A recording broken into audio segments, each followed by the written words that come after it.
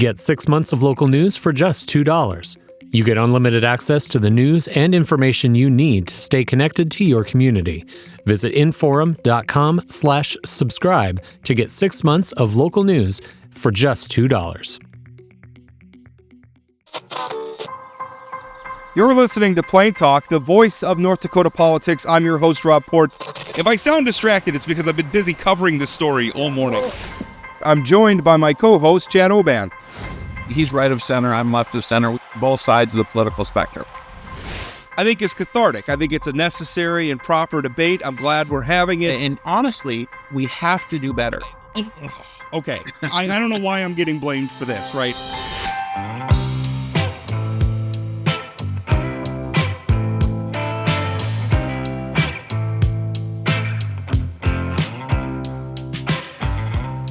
Welcome to Plain Talk, and there's a lot going on in terms of the Middle East has flared up. We have the big beautiful bill, which has gone from the House to the Senate, and now and the thing I always love is in politics is it doesn't really matter who's in charge of the chambers. House sends the Senate something, or the Senate sends the House something, and the chamber gets it. It's like, well, that's cute, but we're going to do our own thing. Rob, I would add, it's also not just at the federal level. The state legislature does the same thing. Oh, yeah. There's always rivalry between those legislative chambers, and the United States Senate is no different. But we have Senator Kevin Cramer, our guest today, and I think, though, we want to start talking about the Middle East. Yeah. Obviously, I mean, right now we're kind of having a little bit of a foo-fa about how much damage those strikes ordered by President Donald Trump actually did. According to President Trump's social media accounts, they were devastating, and they ended the nuclear program. We have some intelligence reports saying maybe not so much.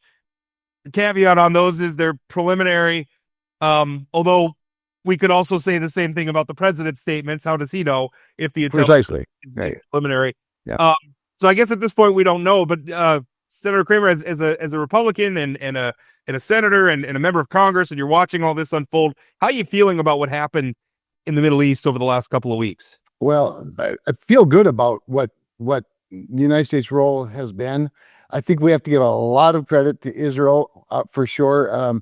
What they pulled off in taking air dominance from Iran in such a short time, and the devastation they were able to create as a result of that, is kind of a modern marvel on the one hand. On the other hand, it's what it really is an intelligence and planning marvel, because they've been planning this for many, many years. When I go back to being a freshman House member in Benjamin Netanyahu's office, we talked about how easily the United States could take out Iran's nuclear capabilities, but the day may come, if the United States won't, that we'll have to do it ourselves. I'm talking about Israel now. And that was in 2017. And from what I understand, they've been planning it for at least 10 years prior to that, just in case it became necessary, or at least 5 years prior to that, just in case it became necessary, because as Iran was gaining this capability, Israel was feeling less and less secure. So now Israel, with all of its time and its planning and its brain power, uses largely American weapons, particularly offensive weapons like the F-35, F-16s, F-15s, which are their plane, airplanes of choice. So they really paved the way and made it rather easy for us to sneak up on Iran with our great big bombers coming from two directions, as you know by now. That's pretty common. As a result of that, the air being clear, if you will, of any air defenses and so much else going on, it was fairly easy for our bombers to get in place, drop those big bombs on Fordow, and then the other missiles coming from submarines. And it was short business, and I think it was really important. I think President Trump handled it quite well. I think that he didn't. He gave enough of a signal for innocent people to get out of Tehran in particular.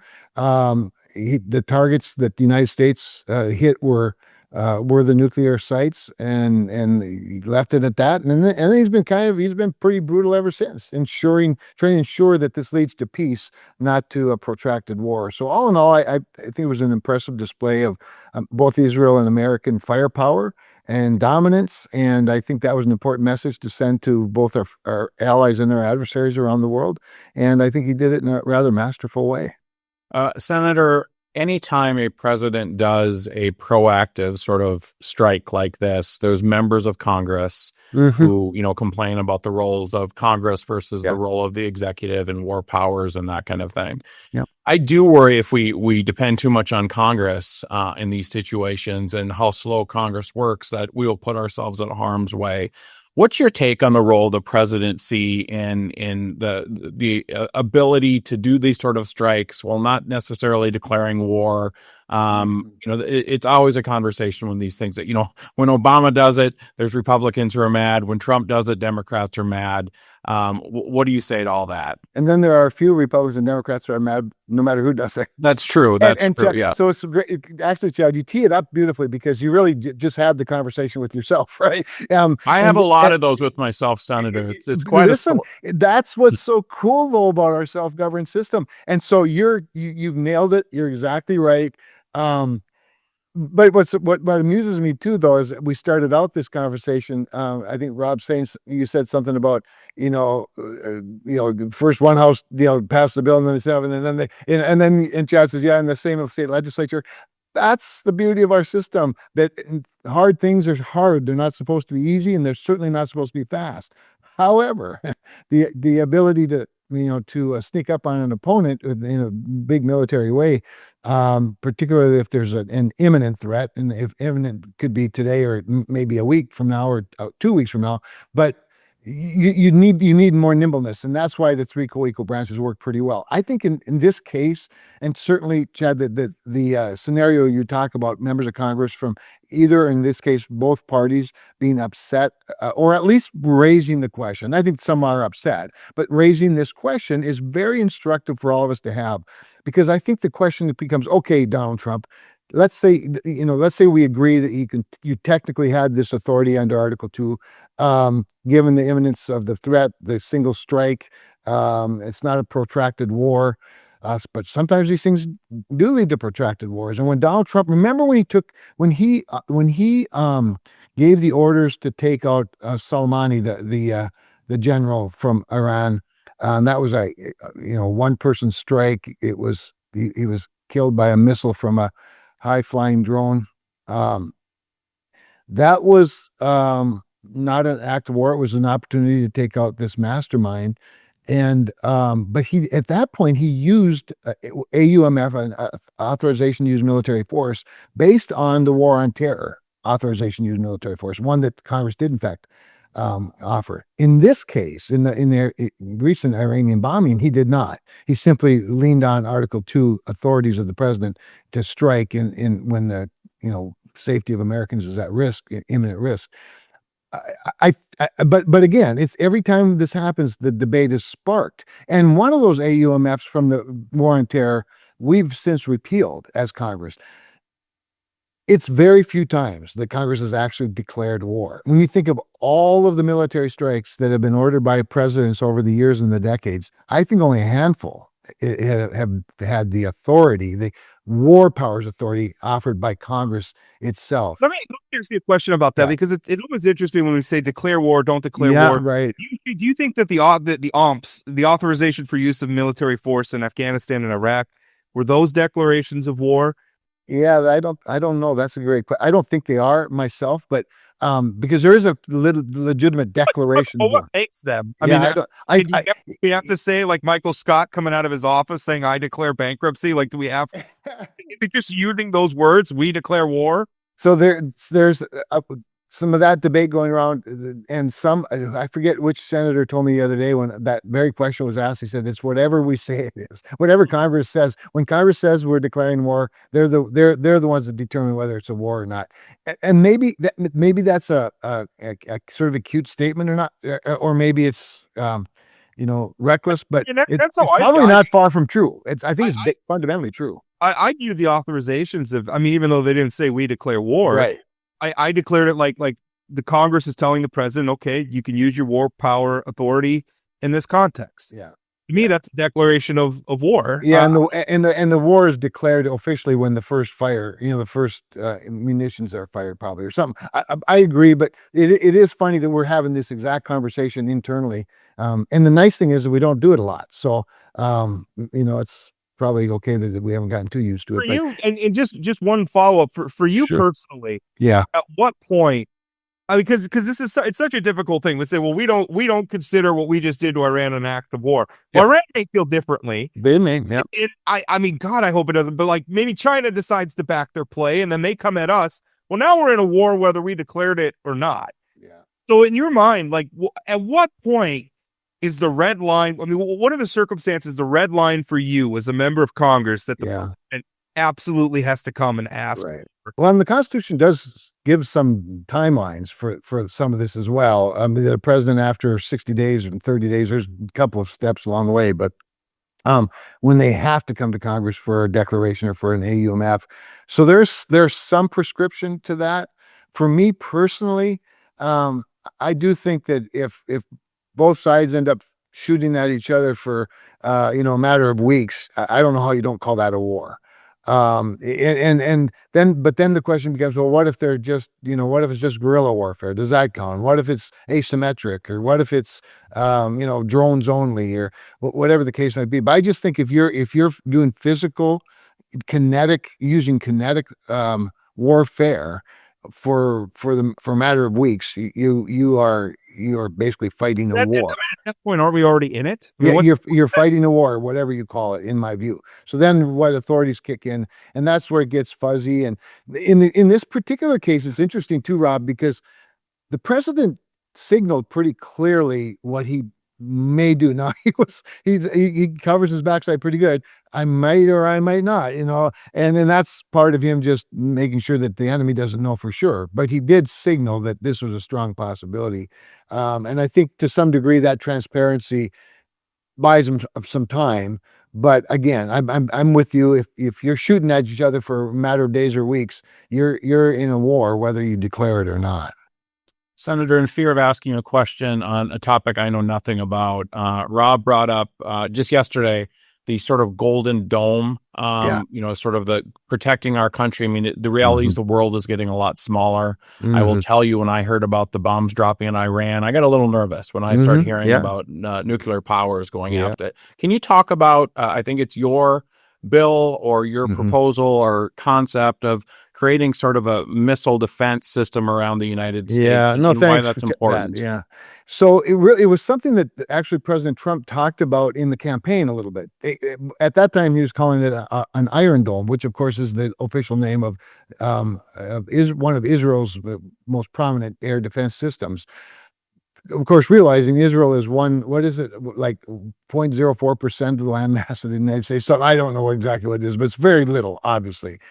So when you think about a dome, a literal defense system that's strictly designed to take out incoming, intercept missiles before they get here, you're talking about a much, much larger plot of land. Now, interestingly, Chad, and I would encourage you guys, if you ever wanted to do this as a project even, I'd encourage you to go up to Cavalier and see the Space Force station up there. Cavalier, North Dakota has the largest large radar, space radar that we have, and it's old. It's a relic of the 1970s, but it's still very effective. And it was designed and built specifically for missile defense, early missile warning. But it also sees deep into space. It tracks a lot of satellites. It tracks a lot of space rocks, if you will, asteroids and whatnot. It also has a skiff in it. Most of the stuff now I'm going to talk about are stuff that have happened since we stood up with Space Force. It has a skiff in it for intelligence. It has 2 intelligence officers. The people looking at the screens, the Guardians, now know what they're looking at as opposed to just a number. They now know whether it's an enemy, an enemy spy satellite or an offensive weapon satellite or an asteroid or whatever it might be. So we have a pretty big stake in this. But what's interesting to me about Cavalier is not just that one radar station, which we're now modernizing significantly and digitizing. is the one that only got used for about a week or two over in Tacoma, the pyramid over there, which was the control center for interceptors. We had two types of interceptors that were housed right there next to that pyramid, and then a few other places, Spartans, they were called, and one other one, I forget what it was called, but anyway. So North Dakota has a long history, given the Soviet Union's history and the Cold War history, of protecting at least the northern tier. And our ICBMs, our offensive nuclear weapons, similarly are a deterrent, but they're offensive weapons. They're not interceptors. Now, when you talk about the Golden Dome, we're talking about space interceptors as well as ground interceptors and air interceptors, because the weapon systems that our adversaries have now are so sophisticated. And we think about hypersonic missiles and intercontinental ballistic missiles, are fueled by rocket. Cruise missiles fueled more by jet power. They're more, they're lower and direct as opposed to arching. So you have to be able to, and by the way, when you think about what Israel and the United States and Jordan and others were able to do in knocking off about 500 missiles on that April day when Iran fired on Israel, it obviously takes a lot to protect against incoming when our enemies have so many more than we have. They're just building. China in particular is putting in lots of ballistic missiles in the ground. And so dome sort of over the United States, a figurative. Figuratively, yeah. Down. Would it also, because we just watched what Ukraine did Yep. to Russia, would it also be effective? Because what they did is they essentially smuggled drones into Russia, yeah, and I guess launched them remotely and had them take out. So would this protect us from that sort of attack internally as well? So it's a really important question, Rob, because getting back to asymmetric warfare, not only did Ukraine do it very effectively against Russia, but Israel did it very effectively against Iran. The first thing they did was snuck up on them with a bunch of, small drones and took out their air defense system, which is what gave them air dominance so quickly.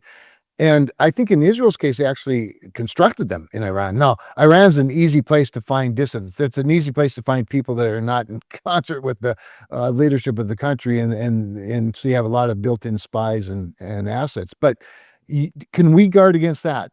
We're not as good at it as they are, Rob, but we're getting really good at it really fast. And yes, it will be part of Golden Dome, which is why you'll often hear us talk about layers. So you have a space layer, you have an airborne layer, you'll have a ground layer, you'll have a low Earth, layer. You'll even have a water layer, because a lot of weapons, missiles, as we proved with I think it was something like 30 that we used in the attack on Iran, came from submarines. And so it's going to take layers and layers of it. It's going to take all kinds of technologies. The most important part of the whole thing is interoperability. The person, General Mike Gutlein, who's been named by the president to be the head of Golden Dome, he'll be what's called a DRPM, direct report, basically the throat to choke. He's the vice chief of space operations now. He's now making the rounds. In fact, he's been working out of my office to get confirmed as in this new role.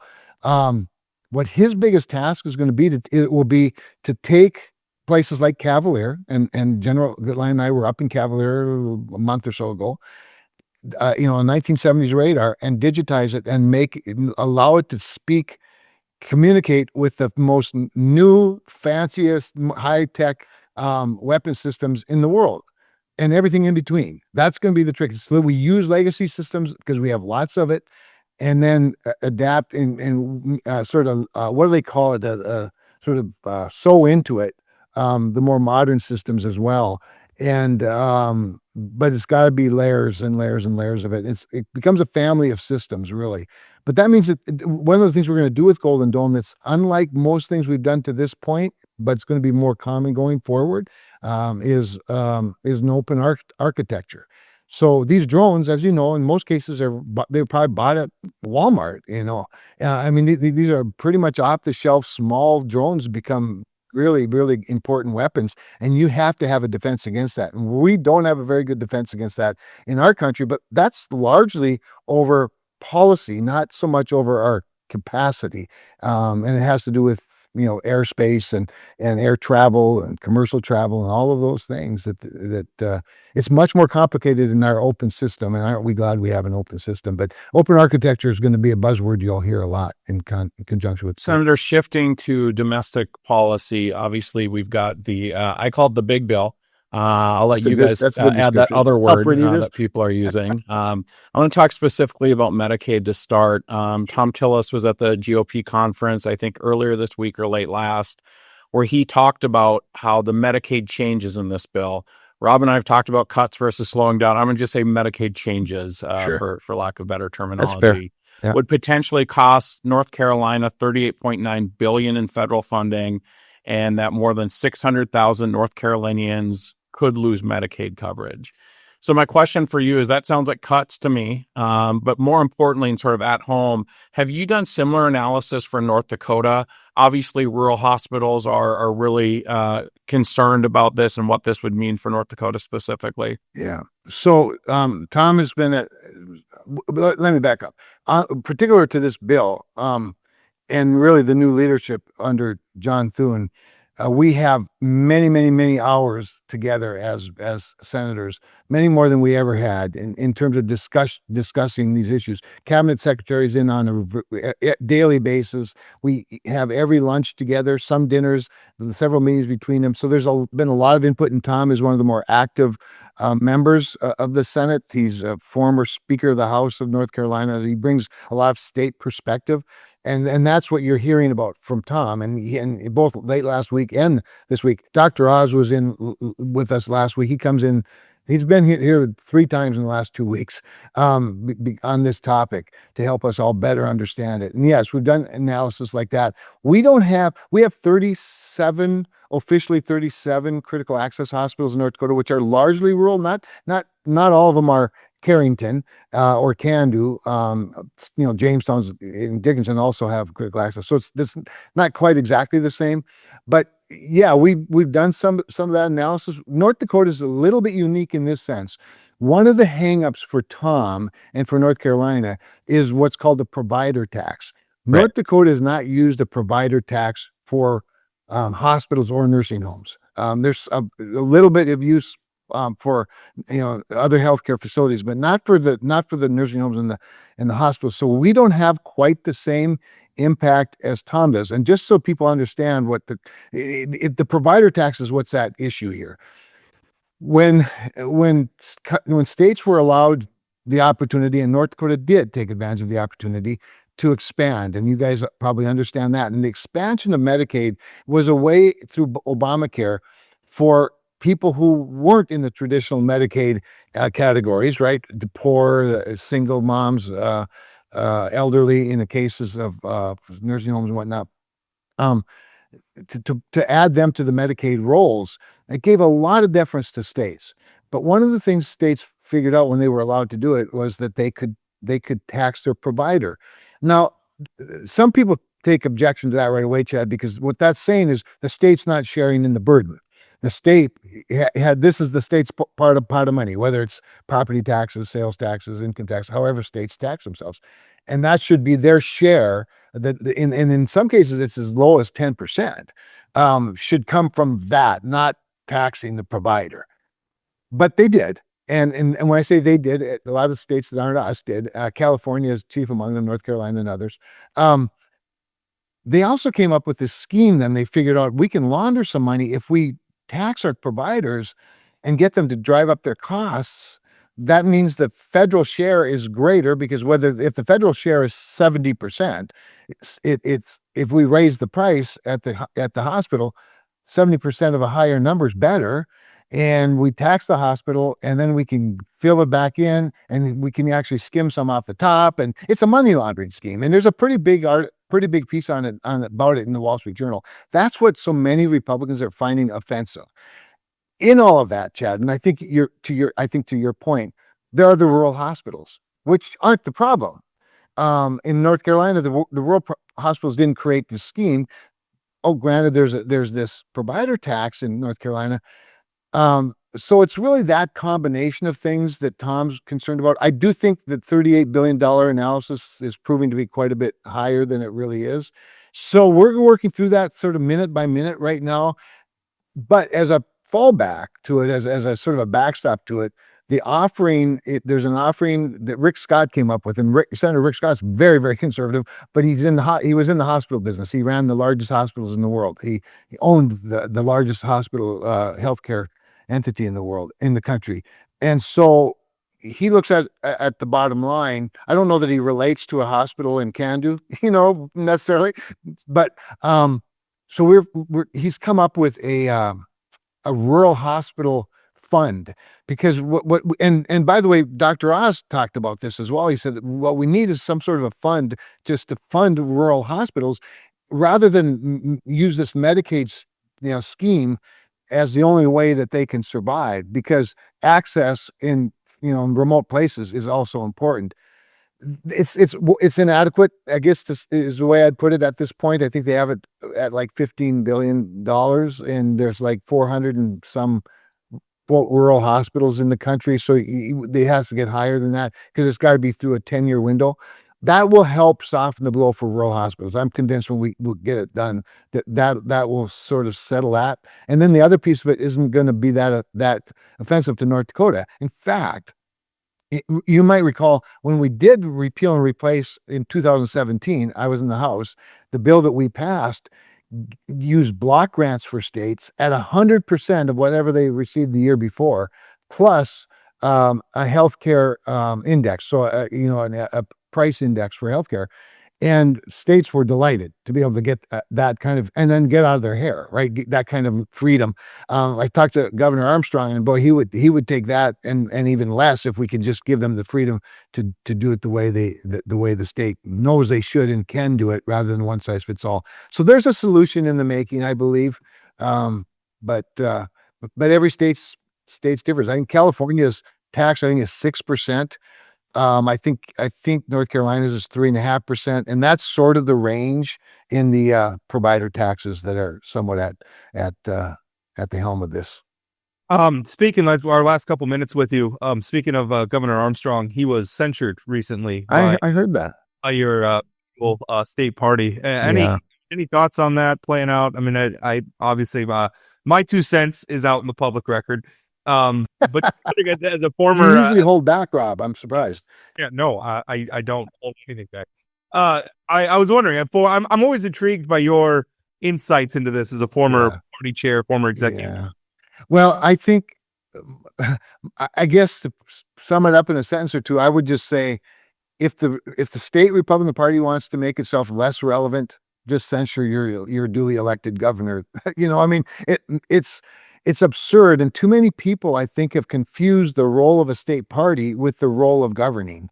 The role of state parties are to elect Republicans, not to govern the state. So it just weakens the party, quite honestly, to do something like that. It's more of a stunt, and then it is effective, certainly, in driving policy. I doubt that Kelly lost much sleep over it. Well, he didn't. I think I was the first to talk to him about it, and his response was, "I don't care," which is typically sounds like him. Yeah. Just a quick follow up on that. Do you have a relationship with the chairman? Do you know him at all? I do not. Okay. I do not. All right. Well, Kevin, thank you so much. Appreciate it. We're going to be tracking this big, beautiful bill, and I am. I will tell you just one last thing about Donald. As much disdain as I have, I will say that I am kind of happy that he's repudiating the sort of isolationist wing, maybe not entirely, and maybe, I mean, he's so mercurial, so who knows if it'll last. Yeah. For the moment, I mean, it was a positively Reagan-esque move. It was. Yeah. I mean, a surgical strike. Some of his more florid rhetoric around it, I could have done without. Right. But I understand. Policy. I mean, I think this was defensible. I think it was the right move. I hope that this indicates maybe some him waking up a little bit to some of the dangers of the world and maybe not listening so much to the Tucker Carlsons of the world. Well, it's interesting because, I've often said, and people have quoted me saying, Donald Trump likes people who like him. The problem is when the body of people who like you range, so greatly, you at some point are going to disappoint somebody. And I'm like you, I was very proud of this decision. And you don't even have to love the decision to recognize what you've just articulated, that this is a bit of a, not, it's a bit of a repudiation to the Tucker Carlson isolationist crowd. So there's a pretty big piece in the Hill, I think it was yesterday or the day before, that quotes me pretty extensively on this point. And then I told the Wall Street Journal, what the interesting thing about the quote base, they often refer to it as the base. Ronald Reagan still owns the Republican base, but Donald Trump has a very, very strong Trump base as well that's additive to the Reagan Republican base. And but within that populist strain is an isolationist strain. And I've always said, I've never seen Donald Trump as an isolationist. He's a populist. And the isolationists didn't win the day for sure. And the fact that Donald Trump was willing to do that, and I think what he did is he won over the isolationists into the Trump populism wing by doing what he said he'd do. If anything, he probably made peace more than he made war with the strike. Now we'll see how it all turns out. I hope that's. I hope so too. I hope so too. And that's certainly his intent. And he's been crystal clear that both Israel and Iran better behave themselves and get to the peace table. So yeah, he used some pretty colorful language to describe what he thinks of those two countries. You know what I always say about him, Chad, is one of the more endearing qualities of Donald Trump is his transparency, and every now and then it's really transparent. By the way, that's a characteristic that he shares with Joe Biden, and I think has been sometimes underappreciated. Yeah, quite honestly. Senator, thank you so much for your time. Yeah, always a pleasure. Thanks, guys. Hey, Plain Talk listeners, have something to say? Call or text Plain Talk with your questions, comments, or headlines you want us to cover. Just dial 701-587-3141. Leave us your message or shoot us a text with your name and location, and you could be featured on an upcoming show. Hi, my name is Ashley, and I am in Jamestown. Hey, Rob and Chad. My name's Tony. I live in Grand Forks. That's 701-587-3141. Call us, text us, vent, praise. We want you in the conversation. Thanks for being part of the show. Now let's get back to today's episode. It's always an interesting interview. As we were getting ready for that interview with Senator Cramer, he had to screen a call from the former governor, the current Secretary of the Interior, which was so he could talk to us. So take that, Burgum. Yeah, he knows who the power players are. Yeah. Well, we also had to wait 15 minutes on this. Not that I'm blaming him. I mean, he's busy. We're always thankful for his time. Yeah, and he was with some students from North Dakota. So maybe the students from North Dakota are the real power players here, because we were waiting on the senator. Do not underestimate the reach and the power of the FFA. Right. Anyway, great interview. Overall, I like the Golden Dome stuff. I think that's probably it's a recognition of the world that we're living in. It's one of those things that I wish wasn't necessary, but the fundamental fact of the matter is it is necessary. And North Dakota has an important, historically we've played an important role in that sort of initiative. And I think the senator rightly sees that we could play an important role going forward as well. So that's interesting. The war power stuff, do you feel like that was illuminated for you at all? Because and to the senator's credit, he says it's fuzzy. He's right. Yeah. So here's what I'll say about any interview with Senator Cramer. He answers. He's sort of like Kelly Armstrong. He answers questions. You ask him a question, he answers the question. Sometimes in a lot more words than Kelly Armstrong uses. But he answers the question. And I thought that whole conversation, basically him saying, yeah, it's sort of in the eye of the beholder. We'll know when we see it.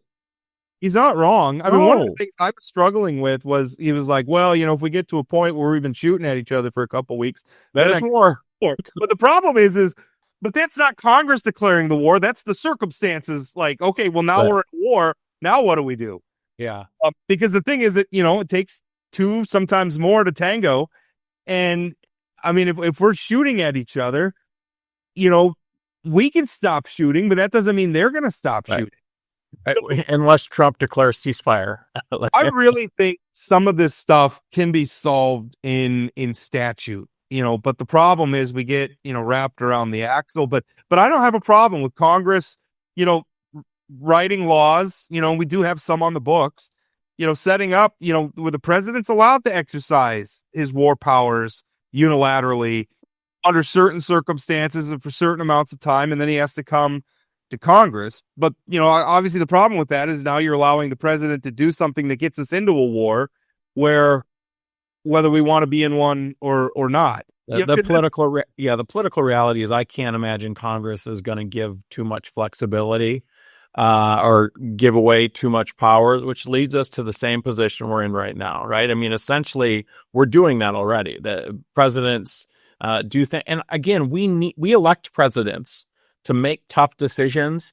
And like we said at the end of that interview, all three of us, no matter what we think about the decision, we want Trump's decision to be successful and hopefully disarmed Iran through this action.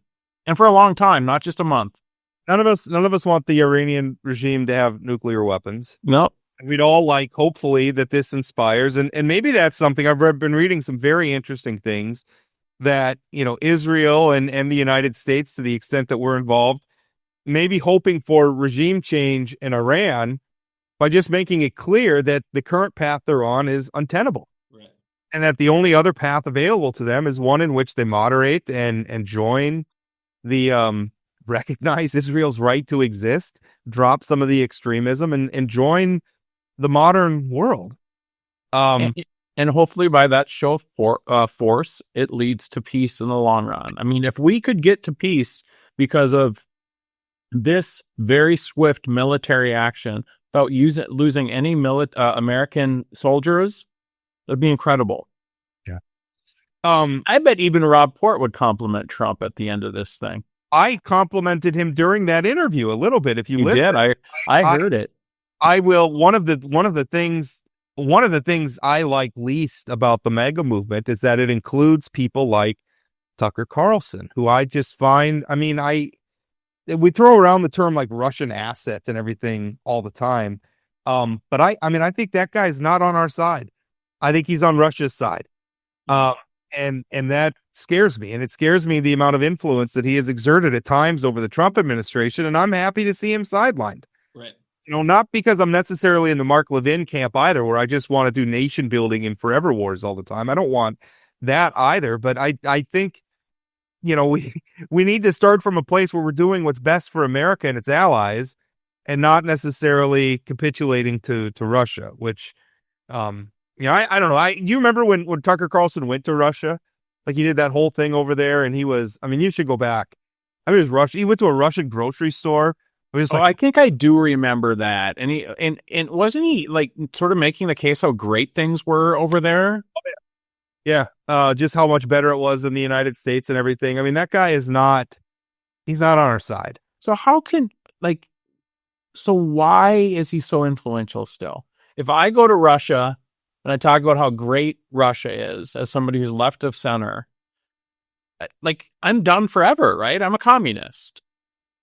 But yeah. Tucker Carlson, who goes from a right of center perspective, not right of center, far right of center, and is, pushing sort of communist propaganda about how great things are.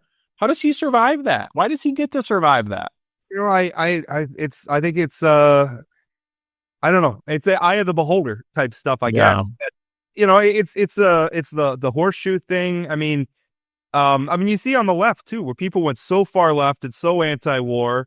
I mean, you look during the Iraq War, and some of the most far left anti-war people were so far left they were literally on the other side, siding with. And we saw it during the Cold War, where people were sympathizing with the Soviet Union and everything.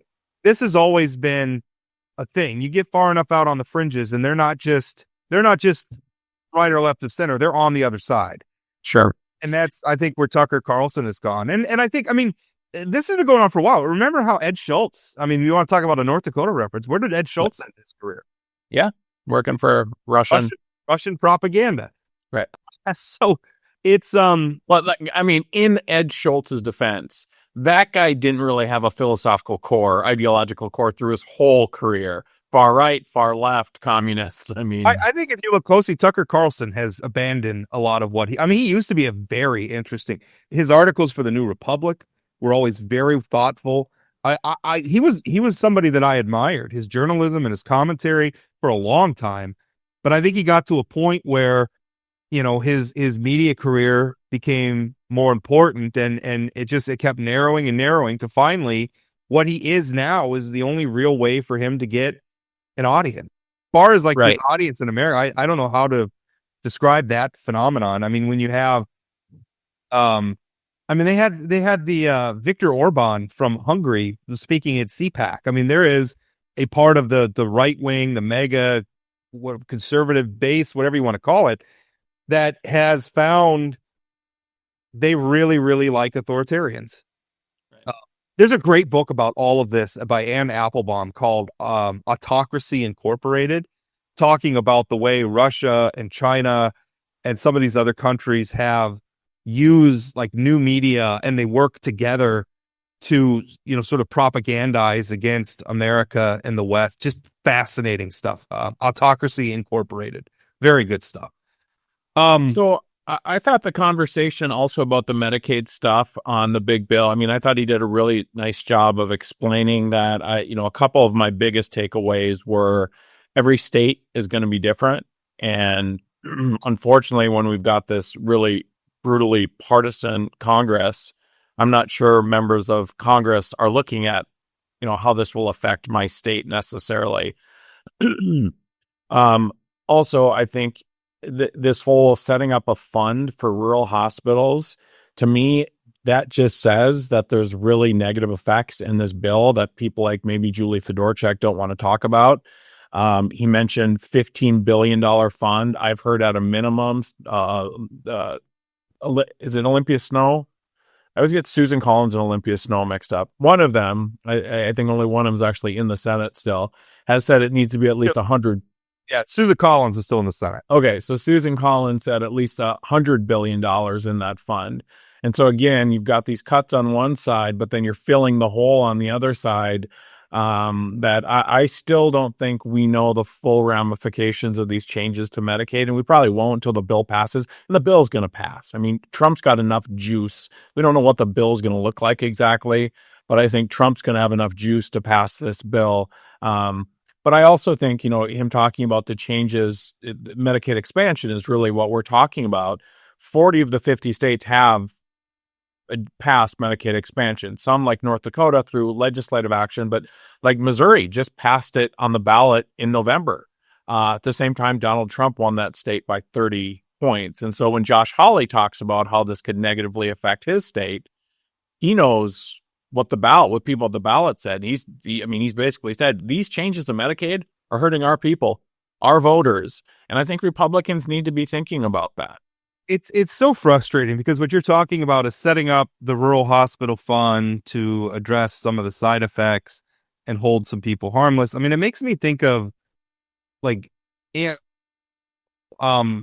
father was on a bunch of prescription drugs, and then he'd go in and the prescription drugs would have side effects. So he got prescribed more drugs, and finally got to a doctor. It's like, no, we need to narrow this down. Right. Because they keep layering. It's like we give you a drug and then the side effect and then more drugs to treat the side effects. And it was spiraling out of control. And I feel like that's what like some of these giant federal programs like Medicaid, that's what we've done, or it's just this house of cards of like, well, we do this, but then we want to, in order to get votes in North Carolina, we got to do this and carve this out. They did it with Obamacare too, right? The carve outs and the special. What was the amendment that Kent Byron and Earl got in Obamacare? I was trying to think of what the name of it. There was a pithy name for it, and now I'm forgetting. Yeah, like the Rough Rider Amendment or the Great Plains Amendment or something like that. There's a bunch of them for different, and basically it was a way. I'm saying buying off votes is probably more provocative. But it's for rural hospitals. But how, unless you are doing special things to keep the Can-Do hospital open, the Can-Do hospital can't make it, right? Under special, normal circumstances. But I mean, really, it speaks to, I wish that we had the sort of trust to where we could just tear it down and build something that works better from scratch. But we don't ever do that. We're going to take the shaky platform that we have and load more crap onto it. And we're just going to keep doing. That's what frustrates me. I would really like to see, we have things that we want to achieve, let's start over and Yeah. do something that works a lot better than what we have. But nobody and maybe this other. and maybe this is a conversation about why I'm gonna start giving to sound like a conservative here. How do you do a big federal program that equally supports CanDo and a hospital in New York City? The needs of those places are so different. And if you're only focused on where the population is, North Dakota's in the hurt bag, man, because we need a lot of federal funds because we produce the energy and the agriculture and all those things that feed the world. This is why, when people complain that North Dakota has 2 senators the same as California, that's why. Yeah. That's really Kevin Cramer's job, is to be he and John Hoeven to be 2 of 100 senators who can be on equal footing with California on these matters. But and that's exactly why, Rob, I asked the question. You looked at, so I see these North Carolina numbers, they're huge, right? he has looked at it. But I don't live in North Carolina. I want to know how this affects North Dakota. And he answered the question. It affects it differently, but there are concern about rural critical access hospitals and how they're affected by this. And some of the stuff too, because I think your answer is how do you have a program that works in North Dakota and works in California, given how very, very different those two places are.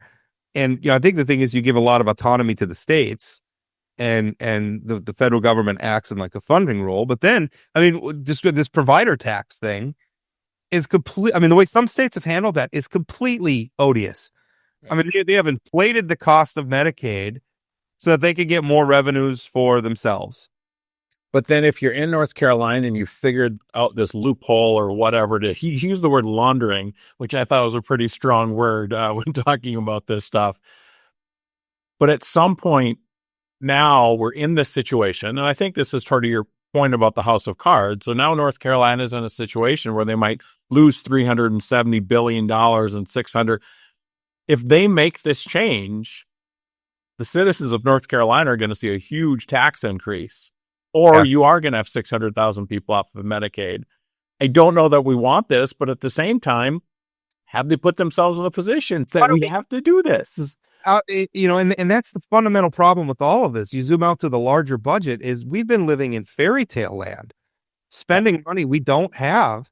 I agree. We should defeat this bill so we don't add to the deficit and the debt. Yeah, I don't necessarily disagree.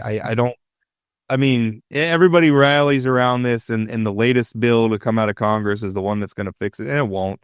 This is more of the same, at the end. There's probably some good things maybe in there somewhere, depending on what your perspective is, but it's more of the same.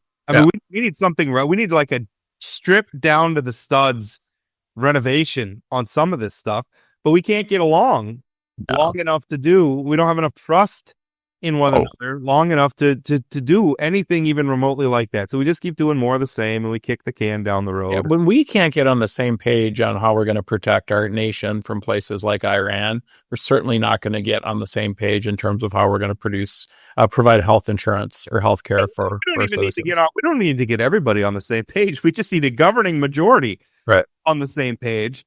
And we can't, and nobody wants to be seen working with Republicans. Democrats don't want to work with Republicans. Republicans don't want to work with Democrats. And we talk a lot about that in North Dakota, right? The factions of the Republican Party in North Dakota and primaries and all that kind of stuff. You and I were talking about it before the show started today, what happened in New York City, where the Dems endorsed a Democratic Socialist mayor, 33 years old, wants to defund the police, all kinds of different things.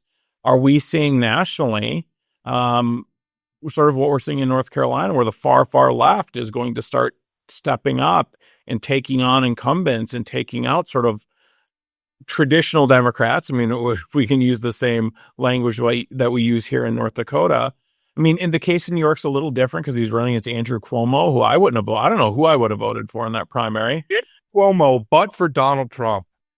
And understanding that Andrew Cuomo doesn't have the national stature that Donald Trump has to be one of the most reviled people in American politics. He is, and not just the sexual harassment stuff, but corruption, and also even just the way he can. I doubt. I don't know how many of our listeners are paying attention to New York City politics, but just from my reading of it, just refused to go out and campaign.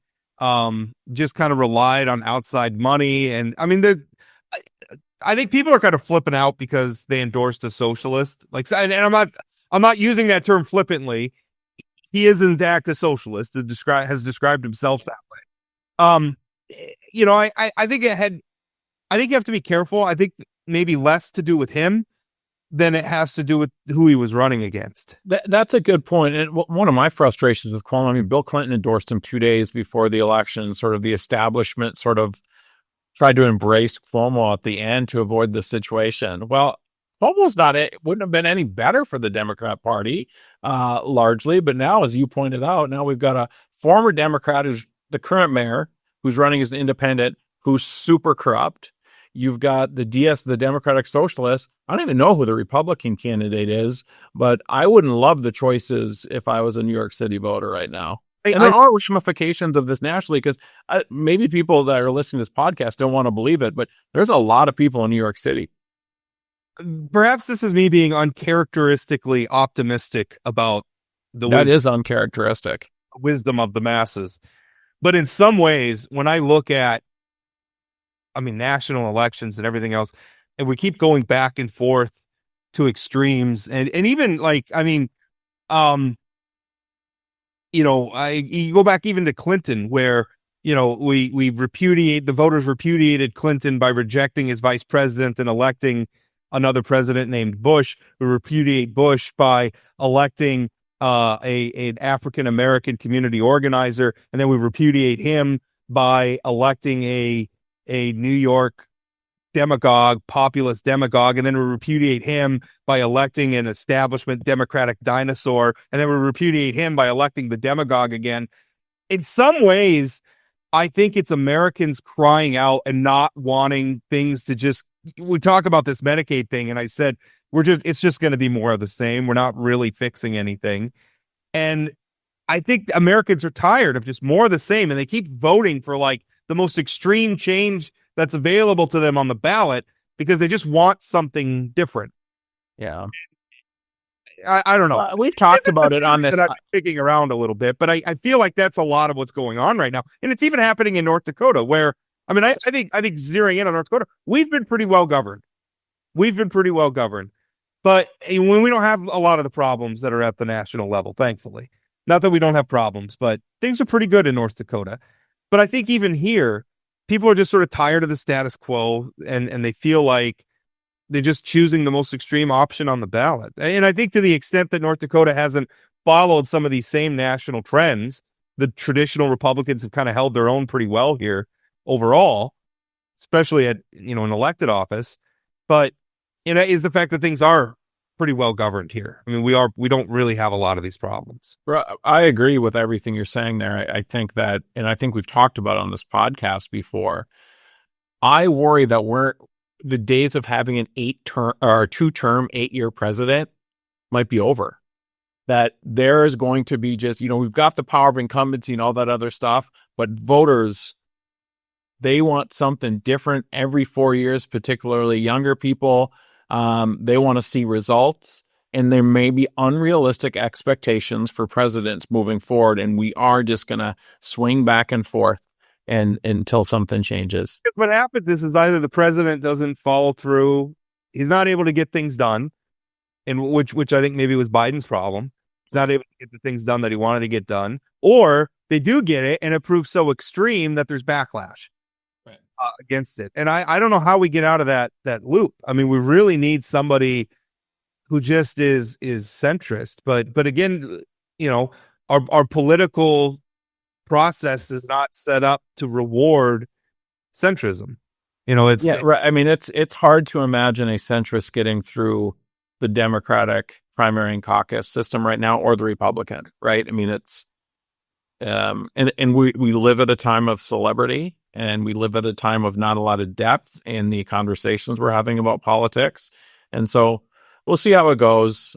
Hopefully we avoid a world war in the next year or so. I do think that as we get generations who grew up with social media, it's going to get a little bit better, in that I think we're going to become a little more inured to the more extreme, because that's really a lot of what's driving this right now is how people have acts. People are used to kind of trusting anyone who does some commentary or does some quote unquote reporting with some good production value. Well, production value is cheap right now, and all the more so with AI. But Rob, I worry about that same generation of people who grew up in a world of politics of Donald Trump and anti-Donald Trump, and that's seen as the norm. Yeah, but things change, and often in unpredictable ways. You flash back to 2016, and we were all laughing at Donald Trump when he came down the elevator, and he won. Escalator. Escalator, yeah. I think that it could change again, and I think people get tired of things. There's a point at which you can't keep the volume turned to 11 all the time. That's my hope. I'm not saying that this will come. That's my hope. I was going to say, we've been saying that for a while now. Well, these things move slowly. But I remember a time when Barack Obama won and James Carville wrote a book about the 100-year Democratic majority that was coming. And that was the election to end all elections, and Republicans were defeated forever and ever. And within 2 years, they were already losing ground in Congress. These things. I'm not sure James Carville, and the fact that he won one big election and has a really, really fun draw, makes him an expert on politics. He is right, but you know what I'm saying is we make these assumptions about. I mean, there was a point at which demography was going to be the demise of Republicans, and the fact that the white voters were declining as a portion, and then Republicans made inroads into those voting bases and found, particularly in the Hispanic communities, right? Hispanic community were interested in some of the things that Republicans were saying. So, these things are unpredictable, and my hope is that eventually the people will understand that not every person with a nice looking podcast on the internet, says the gentleman on the podcast. And it is very nice looking. The podcast. Nice looking. Good. All credit to our producer Matt. And the fact that we're handsome gentlemen as well, that helps. Well, there is a point at which people are going to get tired of this and want something better. I hope, but maybe not. I'm having a very optimistic day. If it's tomorrow, what's going on? What's the date today? Is there like some sort of full moon situation going on? I had a good night's sleep, and now I'm feeling good this morning. You're complimenting Donald Trump. I mean, this. Super weird day. Let's end the podcast before it gets any weirder. Thank you so much for listening. Reminder that next week we are off. We are going to have some rerun shows for you, and then we'll be back returning again next week. It's just summertime. We're taking a little time off. There's also not a lot going on in North Dakota politics, as I've good time to take some time off. Hope you're taking some time off and enjoying your summer as well. Thank you for listening. We'll talk again. Happy 4th, Rob. That's it for today on Plain Talk, the voice of North Dakota politics. Plain Talk is a production of Forum Communications Company. Got a question, comment, or suggestion? Leave us a voicemail or send us a text message at 701-587-3141. That's 701-587-3141. If you haven't subscribed to Plain Talk yet, you can find us on YouTube or your favorite podcast platform like Spotify or Apple Podcasts. For those of you who are already hooked, give us a rating or review. And don't forget to share or tell a friend. Special thanks to my co-host Chad Oban, and from myself and everyone at Plain Talk, thanks for listening.